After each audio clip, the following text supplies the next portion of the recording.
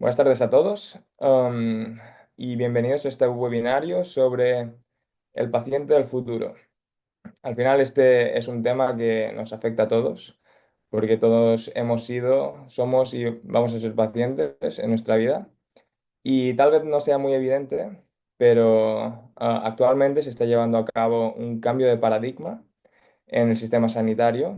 Um, los pacientes cada vez tienen un rol más importante. Um, y eso es en gran medida porque cada vez somos más inteligentes y tenemos más recursos para guiar nuestras opiniones y decisiones en lo que respecta a nuestra sanidad. Bueno, hoy en este seminario vamos a hablar un poco sobre la relación entre el médico y el paciente y también vamos a ver ejemplos reales de cómo se está gestionando esta evolución y cuál es el rol de la tecnología en esa gestión.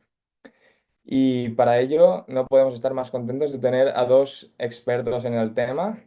Um, en primer lugar, el primer ponente será el doctor Rafael Manzanera, que es epidemiólogo y tiene una extensa trayectoria en salud pública y gestión sanitaria. Y bueno, básicamente él nos va a dar un poco de contexto sobre el rol de los médicos y de los pacientes y de cómo este empezó y cómo está cambiando actualmente y cómo va a seguir cambiando en el futuro. Y en segundo lugar tenemos a Mariona Escuerdo, jefa de innovación y transferencia del Hospital Vall aquí en Barcelona. Y ella va a ser la que nos va a dar los ejemplos reales de cómo, bueno, de qué procesos están llevando a cabo en el Hospital Vall d'Hebron para incluir más a los pacientes en los procesos decisivos para su sanidad y qué tecnologías se están usando para ello. Bueno, sin más dilación, voy a dar la palabra a Rafael Manzanera, por favor. Y bueno, si quieres, yo me voy a silenciar. Muy bien, Arnau, muchas Voy a preparar las gracias. preguntas. Muchas gracias a ti, a Inés, por compartir este rato juntos. Un honor estar con Mariona hablando de este aspecto de la seguridad del paciente, de la experiencia del paciente, desde un punto de vista de un médico que tiene una cierta experiencia del sistema sanitario en su conjunto y especialmente de su evolución y que he trabajado durante unos años muchas veces en el campo de la mesogestión, siendo directivo hospitalario y de atención primaria de salud pública, pero también sin perder la pista de la macrogestión. La experiencia del paciente, dejadme empezar acabando casi, no solo es conveniente y útil, es inevitable, forma parte de la evolución social y antes o después va a haber una mayor presencia de la experiencia del paciente en el sistema sanitario y lo que estamos intentando es que sea lo antes posible y en las mejores condiciones. Sí, Arnau, me ayudas a pasar. Eh, es un movimiento que nace en los años 60. Como todos los cambios de paradigma, tiene varios afluentes. Uno es el movimiento consumerista de los años 60, que seguramente hace presidente a Kennedy, y que él les dice en su discurso de la nación a los norteamericanos que el consumidor debe tener seguridad, debe poder elegir, debe ser informado y debe ser escuchado. Seguramente os suena un poco este cuarteto. Sí, pues, más, por favor. Eh, para definirlo de una manera operativa, una persona que está en una situación especialmente compleja, como es estar enfermo o necesitar ayuda profesional y una organización grande y compleja también, pues padece, entre comillas, múltiples interacciones, múltiples percepciones de estas interacciones, y esto es estudiar, tenerlo en cuenta, mejorarlo, es la experiencia del paciente. Sí, Arnau. Hoy en día, a diferencia de otros momentos históricos, la calidad de los servicios sanitarios no se puede entender sin la columna de la experiencia del paciente, tradicionales, la afectividad, el right care, hacer las cosas bien en su momento, o la seguridad clínica, no hacer daño, pero la experiencia del paciente forma parte ya de la médula ósea de la calidad del servicio sanitario. Arnau, sí. Y esto tiene otro afluente, que es toda la cultura de la gestión clínica, del valor, de los valores, de la gestión por valores. Michael Porter pone al paciente como un elemento fundamental y sus opiniones, sus valores, sus ideas, aparte de la medición de resultados de los mismos. Donald Berwick lo comparte, lo convierte en un triángulo que es muy importante ya avanzar de que la experiencia del paciente va a favor de los profesionales, no es o, sino que es para mejorar el confort de los profesionales, los resultados, la percepción de confort en su trabajo. Y Shannon Browley lo convierte más en un movimiento, el Right Care, para intentar que las cosas que cambian pues no son fáciles, no todo el mundo tiene ganas de cambiar, y ella ayuda a crear un cierto movimiento.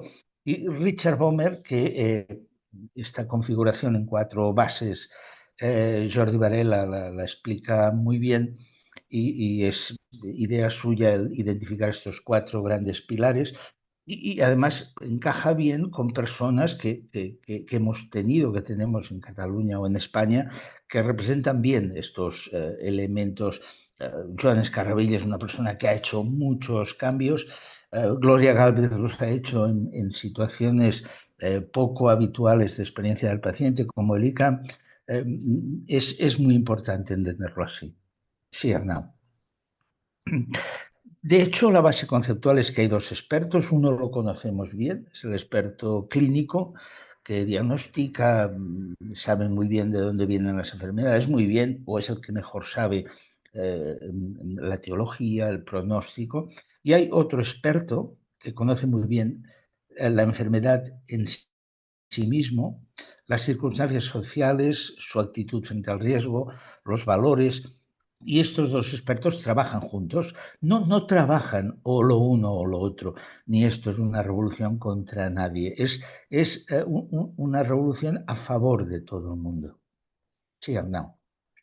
Y esto, eh, eh, ha habido instituciones que lo han entendido muy fácil. Vallebron es una, el Clínico es otra. Grandes hospitales con mucha complejidad, como la Cleveland Clinic, entendieron que todos los trabajadores y todos los empleados debían entender, pasa la siguiente, ¿no? Debían entender que todos formamos parte de la experiencia del paciente, médicos, enfermeros, limpiadores, etcétera, y que todos somos cuidadores en un hospital. Y los hospitales, porque hay mucha más gente, pero en la atención primaria tenemos también muchos contactos con personas profesionales. Pasa a la siguiente. Eh, Esto va muy bien, que está acompañado por un cambio de marco, un cambio de marco institucional. En Cataluña se llama el marco de experiencia del paciente, que lo que hace es estudiar, hacer masa crítica, compartir experiencias y ayudar a que los expertos catalanes, que están básicamente en los hospitales, en la atención primaria y en otros dispositivos, también los sociosanitarios, pues colaboren aprendiendo de unos y otros.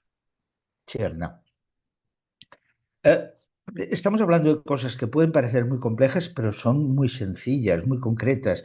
La experiencia del paciente mejora cuando se comunica, cuando no tiene dolor, cuando le atienden rápido, cuando le explican qué va a pasar. Cosas muy concretas. Sí o no.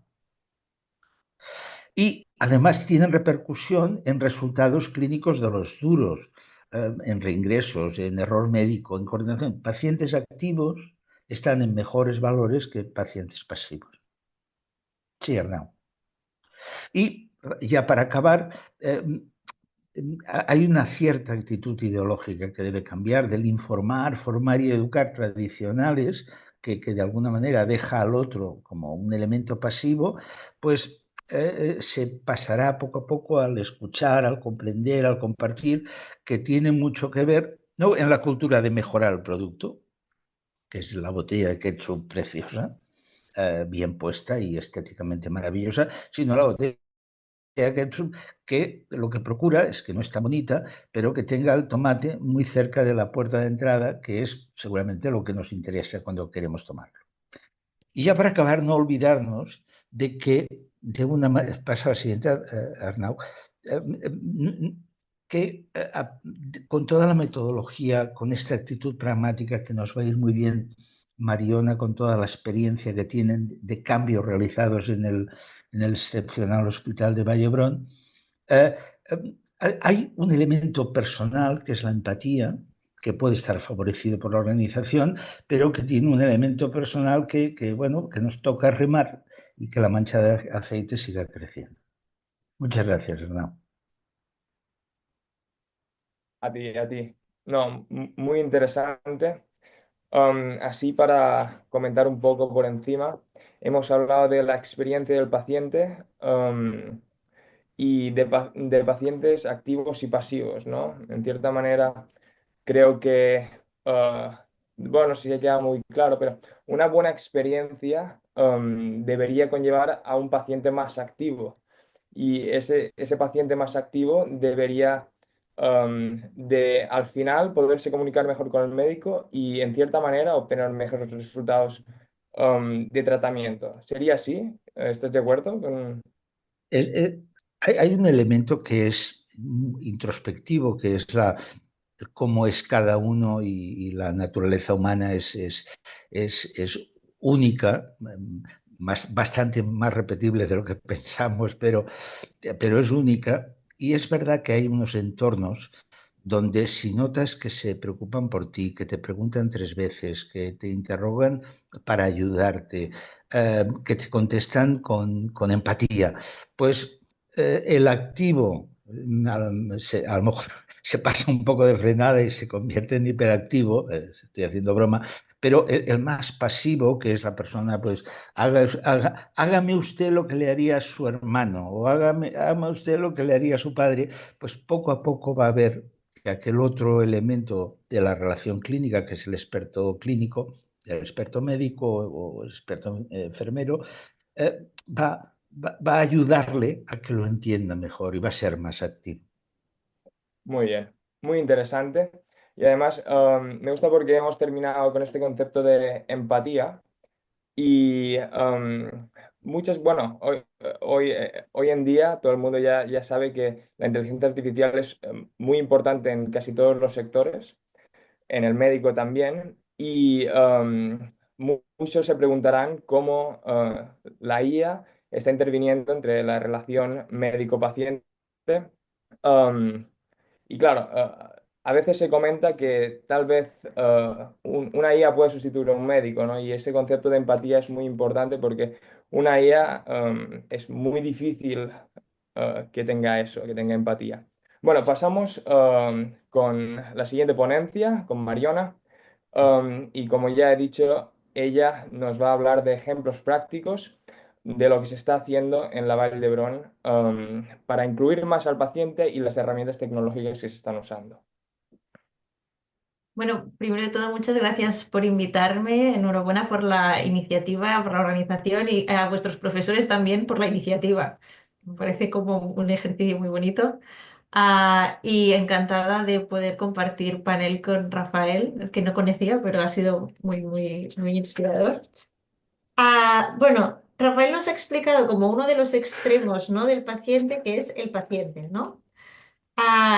Y aquí vengo yo a explicar el otro extremo, ¿no? El que nos está pasando a nivel de desarrollo tecnológico.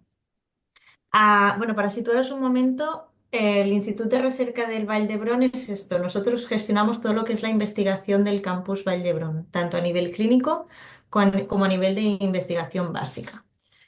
Entonces, para nosotros, el paciente es muy importante. El Vall d'Hebron tiene un comité que es de expertos, bueno, un comité estratégico de participación ciudadana, tiene un plan de participación ciudadana. En el BIR, nuestro patronato, o sea, quien nos manda, mi jefe máximo, como si dijésemos, el patronato, que es quien nos manda por encima de todos, hay asociaciones de pacientes, pero sí que es verdad, no nos vamos a engañar, que cuando lo bajamos a la ejecución y al desarrollo de nuevas tecnologías, es un terreno que está todavía verde, ¿vale? O sí, eh, ¿por qué? Porque lo que es los ensayos clínicos creo que cada vez más están empezando pues, a incluir más al paciente, a ver cómo tiene, al diseño del ensayo clínico. O sea, vale, me vas a dar este medicamento, ¿cuándo me lo vas a dar? ¿Me vas a dar tiempo para descansar? Y aquí sí que hay mucho trabajo, pero ¿qué pasa en el diseño de la solución? Claro, que es donde un poco lo de la botella de ketchup, ¿no? Que explicaba Rafael. Ah, me tienes que preguntar cómo tiene que ser el diseño de la botella de ketchup. No cuando la vaya a probar que yo te diga si sí o si no, si que tal y que cual, ¿no? Entonces aquí sí que se están haciendo cosas, pero es lento. O sea, el desarrollo a nivel de salud, como sabéis, comporta mucho riesgo a todos los niveles, a nivel económico, de salud. Tenemos que garantizar que aquello que estoy desarrollando no nos mate. Y este es el principio básico. Entonces, es muy lento.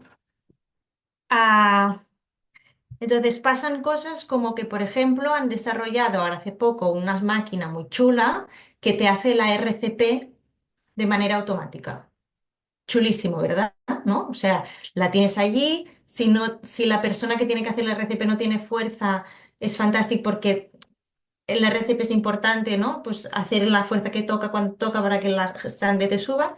Pues resulta que nadie ha pensado que las mujeres tienen pechos. Nadie ha pensado esto y esta máquina a cada mujer que le haga un RCP le va a romper las costillas, ¿vale? Es así de grave. 2025.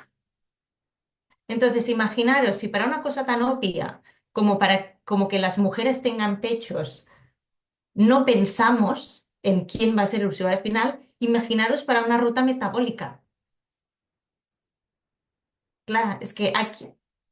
Entonces, ah, hay calle para andar. Entonces, ah, para poner un poco de luz a todo esto, sí que quería poneros algún ejemplo de tecnologías que hemos desarrollado en Vall d'Hebron o que estamos, o cómo lo estamos trabajando. A nivel farmacéutico, o sea, a nivel de desarrollo farmacéutico, es decir, de un medicamento que vamos a tomar, administrar, o a nivel de diagnóstico, aquí lo que sí que se está empezando a hacer es tener en consideración lo que es esto, temas de género, metabolismos diferentes, inclusión, pero en el diseño todavía aquí nos engañaremos, es muy difícil incluir al paciente en un desarrollo de fármaco porque necesitas un conocimiento científico muy bestia, ¿no? Pero bueno, sí que se están empezando a hacer. Es muy interesante que a nivel institucional, a nivel de sociedad y a nivel de paciente haya este push hacia los investigadores para que hagan esto. Cada vez las convocatorias públicas piden cómo van a ser, cómo vas a hacer la inclusión de paciente en tus desarrollos, por lo tanto, estamos caminando hacia allí. Pero bueno, ahí estamos. Después, en lo que sería el dispositivo médico, es decir, cualquier cacharro que utilicemos en el ámbito médico, puede ser una tirita, puede ser una máquina de, esto, la máquina de RCP o una máquina de TAC o cualquier cacharro físico. Aquí es más fácil introducir el paciente. ¿Por qué? Porque puedo entrar en discusiones de temas ergonómicos, en temas de tiempo, en cómo me siento, cómo me hace sentir que para hacerme tal prueba me hagas, yo que sé, desnudarme de arriba abajo. Y aquí sí que es más fácil introducir. Y en lo que es más fácil y que ya se está utilizando, y en Valdebrón tenemos un proyecto que está incluyendo muchísimo al paciente, es las aplicaciones de software. Por ejemplo, tenemos desarrollada una aplicación que se llama Nora, que es de seguimiento de pacientes que han sufrido un ictus. Pues aquí hay mucha comunicación con el paciente de, vale, ¿te estás tomando la medicación o no? Vale, el seguimiento que te estoy dando ¿te está gustando? ¿Te está bien? ¿Lo estás utilizando o no? Entonces, el software nos permite que este diálogo con el paciente y usuario final sea mucho más en tiempo real y al final cambiar un código de un software es mucho más ágil que cambiar una botella de ketchup, ¿no? ¿Por qué? Porque tengo que irme, o sea, si he tardado 15 años en desarrollar, porque una botella de ketchup a lo mejor tardo 5, pero un dispositivo médico, ensayos clínicos, aprobación de las EMAs, aprobación de las FDAs, si tardo 15 años en hacer esto, ahora cámbiale una pestaña al dispositivo médico, ¿no? Entonces, por suerte, nos está sirviendo también de punta de lanza para establecer este tipo de relación con los pacientes, ver, también es una manera de empoderarles. Si yo empiezo con este tipo de diálogo con ellos, cuando me ponga a desarrollar un stem que tengo para sacar los clots de sangre que se hacen en un ictus, pues aquí ya te tengo al lado. Ya te cojo y te llamo Los por coágulos. teléfono. Bueno, gracias. Ya te tengo y te tengo al lado y te puedo utilizar para hacer este desarrollo en dispositivo médico. Entonces, poco a poco se está haciendo esta inclusión de paciente en, en el desarrollo de los dispositivos. Y, y después, más tirando por lo que decía Arnaud del tema de inteligencia artificial, etcétera, y la relación médico-paciente. Claro, la inteligencia artificial, yo he visto soluciones que no sustituyen al médico, pero sí que ayudan a la empatía que decía Rafael. Hay dispositivos que están, o sea, ya hay inteligencia artificial preparada para estar escuchando una conversación entre médico y paciente y poder rellenar la historia clínica. No tomando notas, rellenar una historia clínica.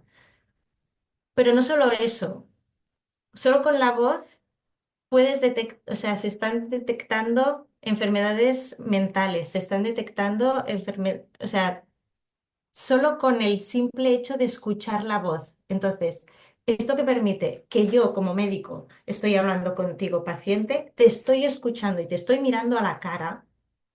Por lo tanto, con los 5 minutos que tengo, esto no sé si lo voy a poder cambiar porque el sistema sanitario está tensionado como está tensionado. Pero oye, si los 5 minutos que tengo te los puedo hacer mirándote a la cara y un cacharrito me está ayudando a esta parte más burocrática, que esto yo espero que sea rapidito, que se instale. Pero además, a cierto tema de detecciones, sobre todo de enfermedades mentales y demás, es que es un paso increíble en lo que sería el sistema público de salud. Y básicamente paro aquí. em, Porque creo que es un tema que puede generar mucha discusión, entonces lo dejo aquí y estaré bueno, encantada de seguir hablando según las dudas. Gracias. Muchísimas gracias, Mariona, por tu presentación. Realmente es un placer poder tener a alguien que está dentro de toda esta revolución, tanto de paciente como de sistema sanitario. Mientras hablabas, me he ido apuntando un par de preguntas que van un poco relacionadas también con lo que iba diciendo Rafael, que creo que nos puede ayudar a juntar un poco estos dos puntos de vista de los que hablábamos, ¿no? El sistema paciente, ¿no? Este experto en la enfermedad, y el sistema más del experto clínico. Mi primera pregunta a lo mejor trata un poco más del tema político, pero es, en la sanidad pública la innovación suele enfrentarse, como bien sabéis, a restricciones presupuestarias, estructurales, etcétera, etcétera. Y todo esto supongo que también viene influenciado por el papel que tiene la colaboración público-privada, ¿no? En el desarrollo de tecnologías, y las cuales algunos también temen que no empoderen al paciente sin generar nuevas brechas sociales o económicas. Entonces mi pregunta sería, ¿cómo se innova y se incluye al paciente sin perpetuar estas desigualdades? Y si existe este riesgo de que la tecnología beneficie solo a los más informados o conectados, dejando aparte gran parte de nuestra sociedad. No sé cuáles serían vuestros pensamientos al respecto. Si quieres empezar, Mariona, y luego Rafael, nos puedes dar también tu opinión. Vale. A ver, ¿cómo evitamos que vale, encarecer básicamente el desarrollo, ¿no? En realidad, a, en general, todo el desarrollo que se hace a nivel público siempre se acaba transfiriendo a una entidad privada para que lo acabe de desarrollar. Pensad que ir a un ensayo clínico de fase 1 o 2 son 2 millones de euros. No hay ninguna convocatoria pública que financie esto. Ninguna, cero, cero. Entonces, tenemos que ir siempre sí o sí a la privada. Y esto es fantástico, ¿vale? Porque también nos agiliza mucho. Lo que yo tardo en desarrollar X, con una farma al lado lo desarrollo más rápido. ¿Cuál es la parte buena? Y yo no creo que realmente eh, no creo que la innovación en este sentido o se perpetúe desigualdades económicas. ¿Por qué? Porque nosotros vivimos en un sistema de salud público y eso nos permite esto, que nuestro gobierno, nuestros impuestos sirvan para decirle a la farma, vale, explícame lo que tú quieras, pero tienes que cumplir con unos mínimos. Por eso, nuestro sistema de salud público está pagando por terapias celulares personalizadas que valen 1 millón de euros por terapia y paciente. Aquí a España tenemos esa suerte. Claro, el tema es que para según qué tecnologías fuera de España o en sistemas públicos como el de Estados Unidos, que no son públicos, pues ya un problema. Hay un problema. Punto. Ya está. Eh, entonces, hay terapias que hasta que no pase un tiempo se vayan utilizando y aprendamos a generarlas de manera más sistemática y esto provoque una bajada del coste, seguirán teniendo el precio que tienen. Entonces, sí, sí, sí. No sé, Yo Rafa, ¿lo ves? estoy totalmente de acuerdo con lo que dice Mariana, totalmente. Lo que añadiría alguna cosa, eh, porque creo que ha sido muy importante lo que ha dicho ella de las desigualdades de género. Eh, Hay desigualdades que tienen una connotación socioeconómica muy intensa. Hay otras que acaban convirtiéndose todas en interactivas, pero la de género sería otra. Eh, y desgraciadamente, en género eh, no sabemos muy bien todavía qué nos comportan esas desigualdades, porque como no se han estudiado, tradicionalmente se hacía ver que no pasaba nada, que no era una desigualdad, y a la que se ha empezado a estudiar se ha visto que es monstruosa. Y a mí me ha gustado el ejemplo que ha dicho Mariona de la máquina esta infernal para las mamas de las señoras, porque eh, eh, es una de las maneras de aprender con errores que no nos vamos a olvidar de ese error. Nadie puede discutir que eso es una estupidez, que a alguien no haya dicho, gente que debe saber muchísimo. Yo he tenido la suerte de trabajar con médicos y enfermeros, pero he tenido la suerte de trabajar con ingenieros biomédicos que me han enseñado mucho en clase. Y han entendido que hay una parte de la realidad asistencial que es expertise del médico o de la enfermera o del enfermero y otra parte que es suya, con lo cual deben estar atentos a lo que dice Mariona desde el punto de vista de innovación tecnológica, a lo que dice Rafa desde el punto de vista de epistemología clínica. Y yo creo que la única solución es, como muy bien decía Mariona, es picar piedra. No, no ponernos las manos en la cabeza, sino ponernoslas en la mesa y trabajar y convencer y mancha de aceite. Y aprovechar, como ella decía muy bien, y seguramente es lo que comparto con más intensidad, que nuestro sistema sanitario tiene unas características que lo hacen muy fuerte en la lucha contra la desigualdad, pero muy frágil en la debilidad que tiene para algunos lobbies. Y hemos de ser un poco defensores del sistema y trabajar más que nadie y trabajar mejor que nadie, porque de eso depende la igualdad de las mujeres, depende la igualdad de los pobres, depende de la igualdad.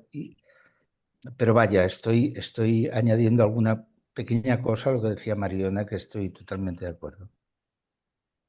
Muchas gracias por vuestras respuestas. Realmente yo os podría hacer mil preguntas, pero creo que es más interesante que saltemos a las preguntas que nos han hecho los oyentes que tenemos hoy en el webinario, que de momento tenemos tres muy interesantes. Si alguien tiene alguna más, por favor que la ponga en el chat de preguntas. La primera que tenemos, no sé si también la podéis leer, es si creéis que el paciente del futuro tendrá más poder de decisión o si en cambio solo será más vigilado, monitorizado e intervenido, es decir, si va a poder realmente ser libre en este sentido. Me gustaría dar una primera contestación. Diría que sí, que va a ser más libre, sin duda. Pero a la vez que va a ser más libre, hemos de conseguir que el médico, que el enfermero, viva esa libertad como una ventaja para él o para ella. Que no es una ventaja contra él o contra ella, sino que es una ventaja también para él. Porque si tiene un paciente libre, estará más agradecido, estará más activo, bueno, será más feliz y te hará más feliz cuando estás con gente feliz. Ya sé que hablar de la felicidad en un hospital en fase terminal es un poco difícil, pero no todo el mundo está en una fase terminal en el hospital. Hay chicas jóvenes que están embarazadas que van al hospital y hay neumonías de un señor mayor que mejoran y se vuelve a su casa a leer sus libros y a leer sus periódicos y a cuidar a sus nietos. Hay muchas zonas de felicidad que son para que las tenga el paciente, pero sin perder de vista que las va a recuperar, que las va a disfrutar, por decirlo de alguna manera, también el profesional sanitario. Pero va a ser más libre, sin duda. A ver, al final es como, no sé, es como la imagen que enseñaba Rafael al principio, ¿no? De una calle que había la user experience por otro lado, ¿no? Ah, claro, esto llevado a un nivel de tecnología sanitaria en el que hay muchísima gente involucrada, pero muchísima gente involucrada. Claro, es difícil de decir, ¿no? Pero sí que al final es esto, repercutirá en que a lo mejor tú necesariamente no tienes que saber más, pero que tu experiencia de usuario será mucho mejor, ¿no? O sea, al final yo tengo un iPhone, ¿vale? Ahora voy a hacer publicidad, no me pagan, pero ya tienen suficiente publicidad. El iPhone es muy fácil de utilizar. Yo, como usuaria, ¿qué conocimientos tengo de montar, programar y hacer un móvil? Cero. O sea, no sabría ni por dónde empezar. Vale, si te podría escoger los colores, vale, ok. Pero no tengo más. Pero mi experiencia de usuario es buenísima, ¿no? Entonces, a nivel de salud, no tenemos que ser todos expertos. Porque imaginaros, o sea, uno se puede poner enfermo de cáncer y el otro se puede poner enfermo yo qué sé, de neumonía. ¿Qué tenemos que ser expertos de todas las enfermedades que nos puedan llegar a pasar? Es imposible, o sea, ponernos a estudiar porque si no, porque no llegamos.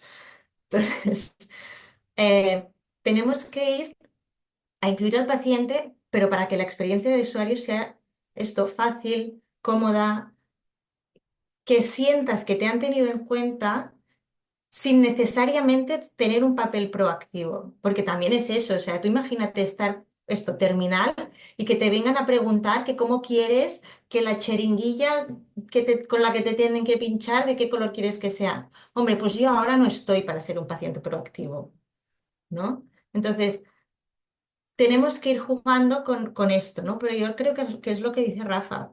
Sí, vamos hacia allí, estamos caminando hacia allí, pero bueno, más vigilado, monitorizado y más intervenido en la medida en que esto me ayude a como médico poder tomar decisiones de manera más ágil y a ti que te suponga una experiencia de usuario más fácil. Efectivamente, muy buen punto. Y de hecho, un poco enlazando en lo que decías, de que no tenemos que saber programar, pero claro, es decir, sí que necesitas algunas competencias para usar el iPhone, que digamos, necesitas entender un poco cómo funciona. Eso es una pregunta que han dejado en las preguntas, bueno, y dice, ¿qué nuevas competencias necesitaría el paciente del futuro para no perderse en la tecnificación de la salud? ¿Y qué rol tendrá la innovación en formarlo o acompañarlo? Es difícil. Claro, es que no lo sé. O si, ¿qué competencias necesitará? Yo creo que de momento no es tan, en el momento de desarrollo en el que nos encontramos, no es tanto que tengas que saber, sino que tengas claro qué necesitas. O sea, este es el input que necesitamos desde el desarrollo desde el punto de vista de desarrollo tecnológico. Luego yo ya me romperé el coco de cómo consigo eh, solventar tu necesidad. Pero claro, yo no puedo exigirle a un paciente que sepa, porque esto agravaría, o sea, el tema de desigualdades también hay una brecha ahí de conocimiento. No puedo pedirle a la población que sepa. O sea, el trabajo es mío, soy yo quien me dedico a esto. Entonces, yo necesito estar muy en contacto con los pacientes, necesito pacientes que sepan lo que necesitan, que me expliquen, que me lo sepan explicar y que yo pueda hacer las preguntas que yo necesito. Pero pero es que en cierto punto me parece injusto trasladarle mi responsabilidad al paciente. Entiendo. Y Me gustaría, Arnau, añadir una cosa. claro, claro. Eh, Coincidiendo 100% con Mariona, añadir algún ejemplo. Eh, ¿Qué necesita una mujer que está a punto de parir conocer para no tener la sensación que están ejerciendo con ella violencia obstétrica? Nada. Simplemente ha de ser consciente de que tiene derecho a no sentirse violentada, incluso a riesgo de que en algún momento se genere algún pequeño conflicto que requiera de la intervención de un mediador que entienda que era necesario, que se puede decir un poco mejor, por no explicar un cuento de hadas, por explicar a veces situaciones reales en que una persona se desnuda, enseña sus partes más íntimas, situaciones muy difíciles.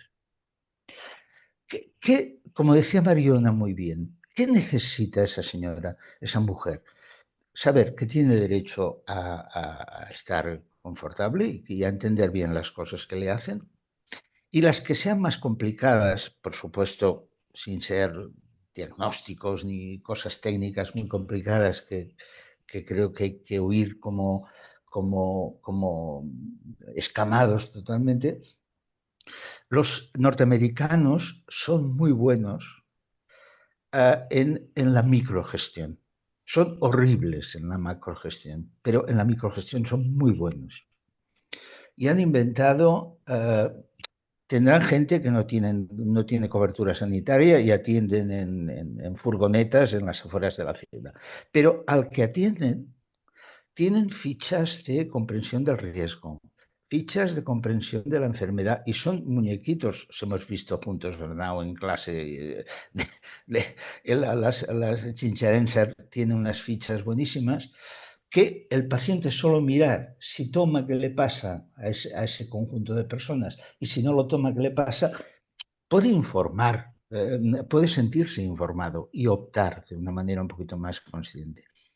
Yo creo que la inteligencia artificial ayudará al médico a entender mejor el riesgo, que tampoco le irá mal, ayudará al paciente a entender un poco mejor lo que le ha dicho el médico y sobre todo ayudará a que el médico y el paciente se quieran más. Porque no ha tenido que escribir, porque le ha estado mirando en la cara, porque le ha mirado con más respeto, porque... Pero claro, es que el trabajo de médico es muy difícil, el trabajo de enfermero es muy difícil. Entonces, tú has de tratar en unos minutos a gente que es catedrático de la universidad, el otro que es minero de una mina en Gijón y a una señora que tiene un niño feliz porque es el momento más feliz de su vida, y a una señora que no quería estar embarazada. Y los has de tratar tú a los cuatro. Y eso no es fácil. Muchas gracias por vuestra reflexión. Realmente es importante tener en cuenta todos estos puntos de vista que estamos tratando a lo largo del webinario y me encanta que los podáis sacar a la luz porque normalmente no los hablamos. Sí que nos da tiempo para una última pregunta antes de cerrar y me encanta que Rafael haya acabado un poco con este tema de la IA porque va relacionada con eso.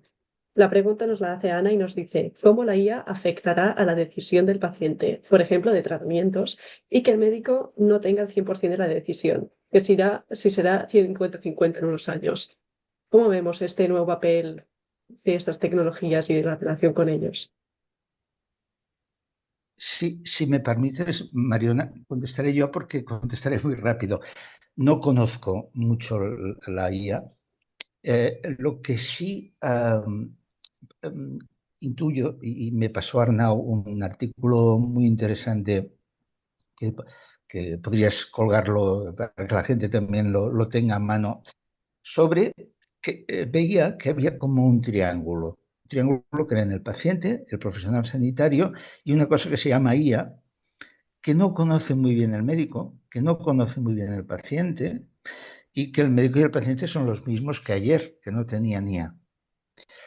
Y yo que no la conozco me siento un poco con, con capacidad de respuesta de decir, creo que la reflexión es que entienda bien el médico qué le aporta la guía, que entienda bien el paciente, yo no lo sé, por lo tanto no hablaría, pero que se entienda bien lo que puede aportar y que el médico entienda el beneficio, la caja negra, lo que le aporta, lo que no le aporta, y el paciente, yo creo que el paciente no le va a influir de una manera dicotómica la guía, aceptando o negando un tratamiento. Creo que va a ser más un conjunto. Estamos aquí los cuatro que nos vemos la cara y seguramente pues hay gente con la que conectas más visualmente, que te irías a tomar un café, gente que no te atreverías tanto. O sea, hay unos factores que en la relación clínica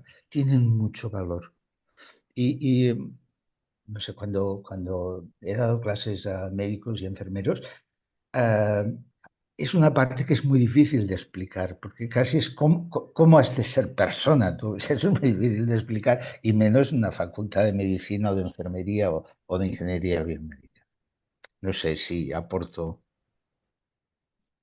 Yo aquí me gustaría añadir que em, no sé si habéis, bueno, quizás sí, igual que hay los TRLs de Technology Readiness Level, hay el Society Readiness Level. Y estos SRL definen cómo de preparada está la sociedad para aceptar una tecnología, ¿no? Entonces, ¿hay coches voladores? ¿Existen los coches voladores? Sí. ¿Hay coches voladores flotando por el espacio, por aquí, encima vuestro? No. ¿Por qué? Porque como sociedad no estamos preparados para que haya coches voladores. Por diferentes razones, ¿eh? A nivel personal, a nivel legislativo, a nivel de circulación del aire, lo que sea. Pero con la IA pasa lo mismo a nivel salud. O sea, yo he estado acompañando un proyecto que se llama The Blue Box, no sé si lo conocéis, que es un test de diagnóstico por orina de cáncer de mama. Esto, una de las principales barreras que tiene es que o sea, como sociedad no estamos preparados para recibir un diagnóstico de cáncer a través de un móvil en nuestras casas. Y estoy hablando de diagnóstico, no ya de tratamiento. Si bien sí que es verdad que el tratamiento actualmente, sin inteligencia artificial, también eres libre de no tomarte una pastilla, ¿eh? El médico prescribe, el médico no obliga. Entonces, yo creo que la inteligencia artificial ayudará al médico y al paciente en su relación en la medida en que dé más información para que las decisiones que tome el médico y las decisiones que tome el paciente sean más informadas. Pero es eso, o sea, no sé qué pasará dentro de 100 años, pero Barcelona 2025 no puedo darle a alguien un diagnóstico de cáncer en su casa y tengo la tecnología para hacerlo, ¿eh? Existe, existe, funciona y funciona muy bien, pero lo que me dirá es, vete con esto y vete a tu médico y explícaselo y que tu médico te haga el diagnóstico y te lo explique, porque necesitamos que alguien me explique, oye, tienes cáncer mirándome a los ojos y diciéndome, estoy aquí para acompañarte en los siguientes pasos. ¿No? ¿Lo sabes? Bueno, también es un punto de reflexión que creo que es interesante. Y en cuestión de tratamientos, ahora mismo sin inteligencia artificial somos libres de escogerlo. Por tanto, la decisión siempre es 100% tuya. Pues muchísimas gracias por vuestra respuesta. Creo que es un punto que normalmente olvidamos, ¿no? Esto de que al final el paciente va a ser el ejecutor final de muchas de las cosas que nos prescriben los médicos. Tristemente, se nos acaba el tiempo y por lo tanto llegamos al final de este webinario. Sí que es cierto que con muchas ideas en la cabeza y quizás también con nuevas preguntas, ¿no? Que no podremos contestar hoy. Pero hoy sí que hemos explorado cómo la tecnología está transformando esta relación entre profesionales, pacientes y sistemas en la salud. Lo que sí que quería hacer es agradecer sinceramente a nuestros ponentes, Rafael Manzanera y Mariana Esquerdo, por venir aquí.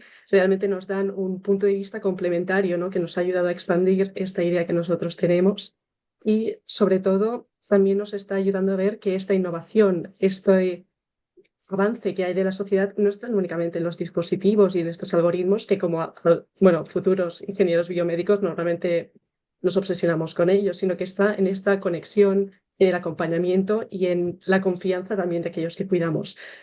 También quería agradecer para acabar a todos nuestros oyentes que nos ven desde casa, oficinas o desde donde sea, por acompañarnos durante todo este seminario. Creo que esta charla a lo mejor os habrá inspirado también para poder construir este futuro, ¿no? Este futuro que queremos hacer de un espacio más humano, incluso desde la sanidad. Finalmente, ahora mi compañero Arnau os proyectará una diapositiva con un QR nos llevará a un formulario. Os agradeceríamos un montón si la pudierais contestar para que este tipo de webinarios sigan haciéndose a lo largo de los años en la asignatura que estamos haciendo, ya que creemos que ayudan a conectar con la ingeniería biomédica y el resto del mundo. Muchas gracias por vuestro tiempo y vuestra colaboración.